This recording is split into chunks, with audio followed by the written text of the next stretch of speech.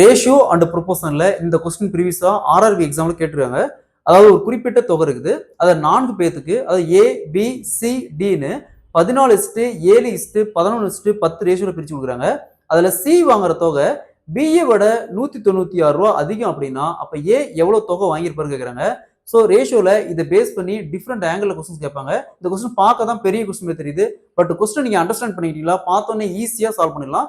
So இந்த மாதிரி சம்கங்களை எப்படி குயிக்காக சால்வ் பண்ணாத பார்க்கலாம். அதற்கு முன்னாடி நம்முடைய அகாடமியில் 2026 ஆண்டு வரக்கூடிய டிஎன்பிஎஸ்சி மற்றும் போலீஸ் எக்ஸாமுக்கான எஸ்பெஷலி மேக்ஸ் அண்ட் ரீசனிங்க்கு தனியாக online live classes and test batch போயிட்டு இருக்கு. கிளாஸஸ் பற்றி வேற ஏதாவது டீட்டெயில் வேணும்னா மேலே இருக்கிற நம்பருக்கு கான்டாக்ட் பண்ணுங்க. கொஸ்டின்ல ஒரு குறிப்பிட்ட தொகை இருக்கு, அதை ஏ பி சி டின்னு 4 பேத்துக்கு 14:7:11:10 ரேஷியோல பிரிச்சு கொடுக்குறாங்க. அதுல சி வாங்குற தொகை பிஏ விட 196 ரூபா அதிகம் அப்படின்னா ஏவுடைய பங்கு என்னன்னு கேட்குறாங்க. ஸோ இந்த மாதிரி சம் கேட்டாங்களா? ஸோ பாருங்க, சி சி எத்தனை பார்ட் வாங்குறாரு? 11. பி எவ்வளவு பார்ட் வாங்குவாரு?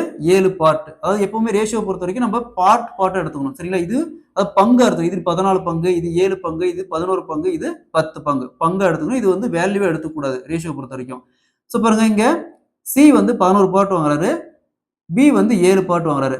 இப்ப என்னங்கிறாங்க, சி பிஏ விட 196 ரூபா அதிகம் அப்படிங்கிறாங்க.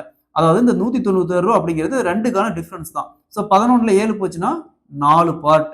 ஸோ இந்த 4 பார்ட்டுக்கு தான் 196, சரிங்களா? 4 பார்ட்டுக்கு 196. கொஸ்டின் கேட்குறாங்க ஏவின் பங்கு கேட்குறாங்க. ஸோ 4 பார்ட்டு 96னா ஏவுடைய ரேஷியோ பாருங்க 14 பார்ட். அப்போ 14க்கு என்ன? இது அப்படியே கிராஸ் மல்டிப்ளை பண்ணுங்க.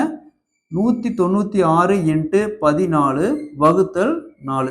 எப்பவுமே இந்த மாதிரி கிராஸ் மல்டிப்ளை பண்றப்ப இந்த ரெண்டு வேல்யூ எது பாத்தீங்களா, இது பாத்தீங்கன்னா மேல வரும், நியூமரேட்டர்ல வரும், இந்த சிங்கிள் வேல்யூ டினாமினேட்டர் வரும். ஸோ அப்போ அப்படி கேன்சல் பண்ணிக்கலாம். நான் வரும் 196 49 4 கேன்சல் பண்ணோமா 49.